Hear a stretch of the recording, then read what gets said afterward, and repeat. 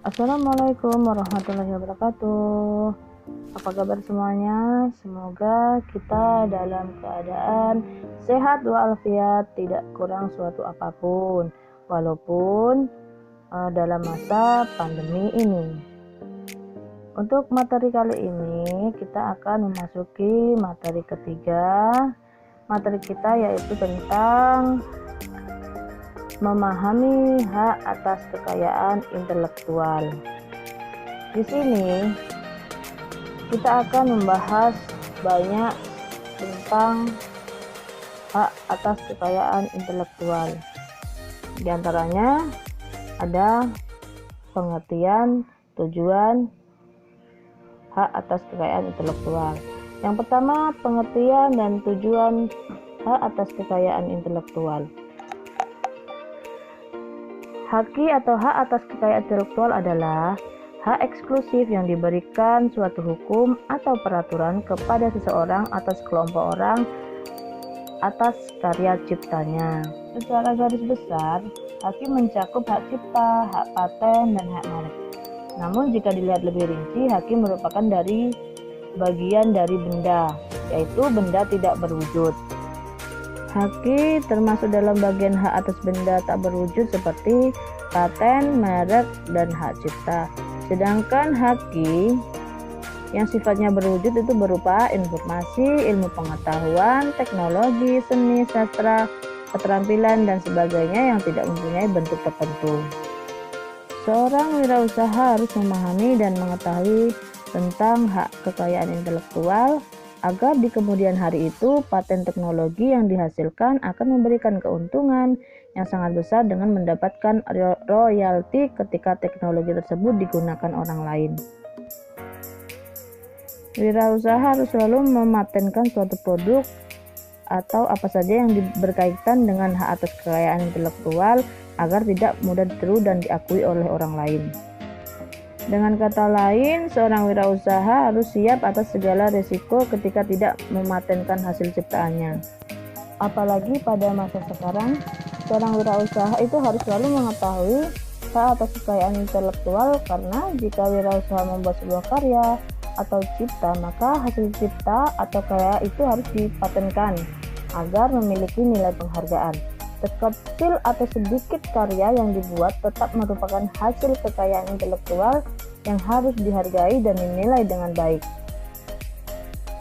Tujuan penerapan dari haki. Yang pertama itu antisipasi kemungkinan melanggar haki milik pihak lain. Yang kedua, meningkatkan daya kompetensi dan pangsa pasar dalam komersialisasi kekayaan intelektual. Yang ketiga, dapat dijadikan bahan pertimbangan dalam penentuan strategi penelitian usaha dan industri. Secara umum, haki terbagi dalam dua kategori. Yang pertama itu hak cipta. Hak cipta adalah hak khusus bagi pencipta atau penerima hak untuk mengumumkan ciptaannya atau memperbanyak ciptaannya. Pencipta adalah orang atau beberapa orang secara bersama-sama yang atas inspirasinya melahirkan suatu ciptaan berdasarkan kemampuan pikiran, imajinasi, keterampilan, kecekatan yang dituangkan dalam bentuk khas dan bersifat pribadi. Ciptaan ialah hasil dari setiap karya pencipta yang menunjukkan keasliannya dalam lapangan ilmu pengetahuan, sastra, dan seni. Hasil ciptaan yang dilindungi Undang-Undang Hak Cipta Nomor 19 Tahun 2002 adalah karya cipta dalam 3 bidang, yaitu hak cipta ilmu, pengetahuan, hak cipta seni, dan hak cipta sastra. Di antaranya, yang pertama itu ada musik atau lagu dengan atau tanpa teks. Yang kedua itu ada buku, program komputer, perwajahan karya tulis yang diterbitkan, dan semua karya tulis lainnya.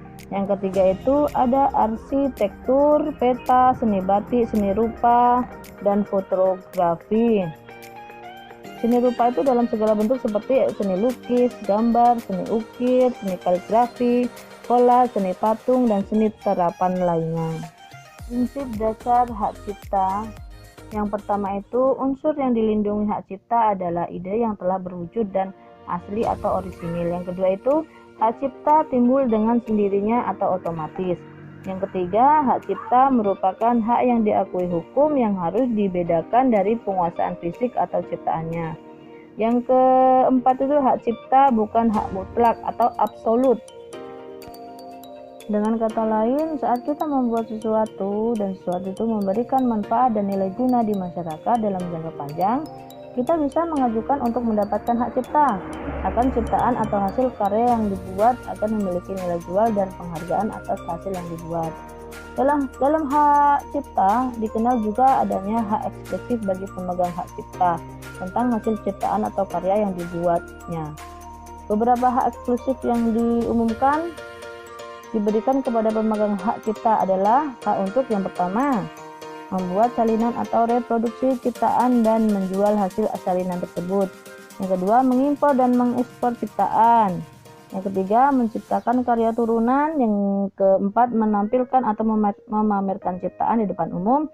Yang kelima itu menjual atau mengalihkan hak eksklusif tersebut kepada orang atau pihak lain. Yang dimaksud dengan hak eksklusif dalam hal ini adalah bahwa hanya pemegang hak ciptalah yang bebas melaksanakan hak cipta tersebut, sementara orang atau pihak lain dilarang melaksanakan hak cipta tersebut tanpa persetujuan pemegang hak cipta. Yang kedua itu ada hak kekayaan industri. Hak kekayaan industri adalah hak yang mengatur segala sesuatu milik perindustrian, terutama yang mengatur perlindungan hukum.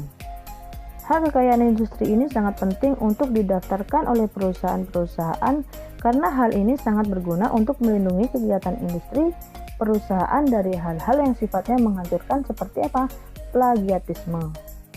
Jadi, dengan dilegalkan suatu industri dengan produk yang dihasilkan, maka industri lain itu tidak bisa semudahnya untuk membuat produk yang sejenis atau benar-benar mirip dengan produk kita itu dengan mudah. Hak kekayaan industri dibagi menjadi beberapa bagian, di antaranya yang pertama ada hak paten. Hak paten adalah hak eksklusif yang diberikan oleh negara kepada penemu atas hasil penemunya di bidang teknologi untuk selama waktu tertentu melaksanakan sendiri penemunya tersebut atau memberikan persetujuan kepada pihak lain untuk melaksanakannya. Hak paten merupakan bentuk perlindungan hak kekayaan intelektual yang sangat efektif karena dapat mencegah pelaksanaan penemu oleh pihak lain tanpa seizin pemegang hak paten, walaupun pihak lain tersebut memperoleh teknologinya secara mandiri bukan meniru. Yang kedua itu ada hak merek.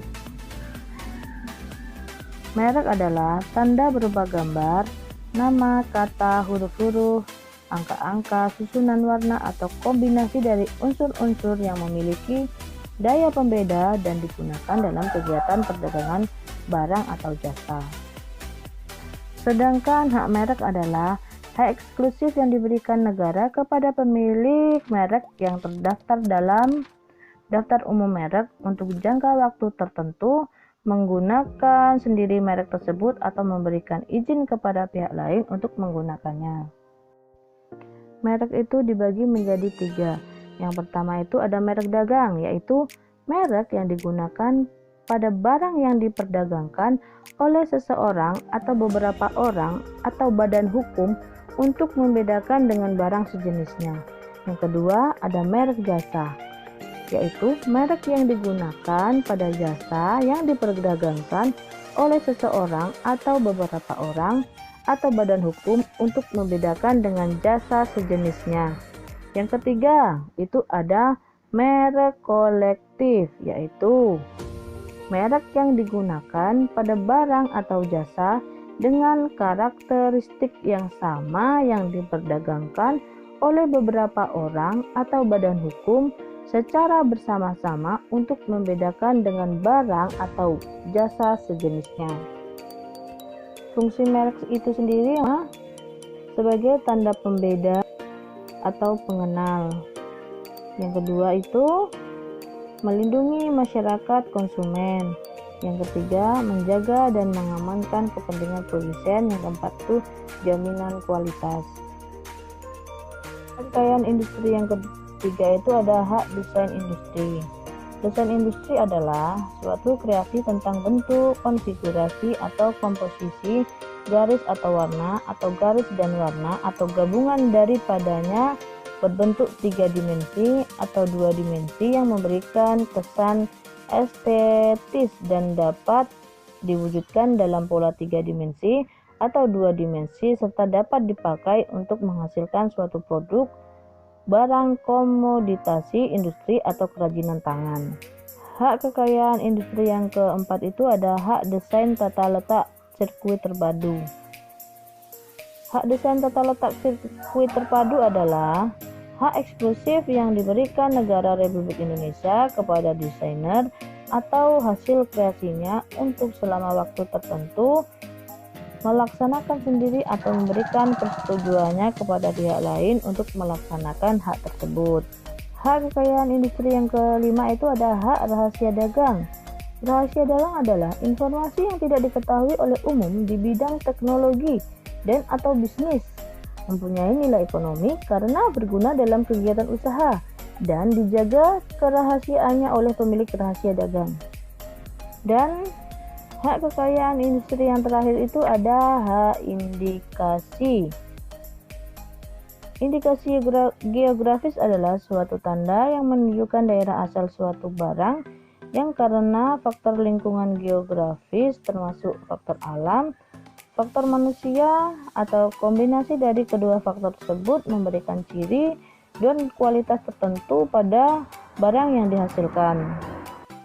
Indikasi asal adalah suatu tanda yang memenuhi ketentuan tanda indikasi geografis yang tidak didaftarkan atau semata-mata menunjukkan asal suatu barang atau jasa.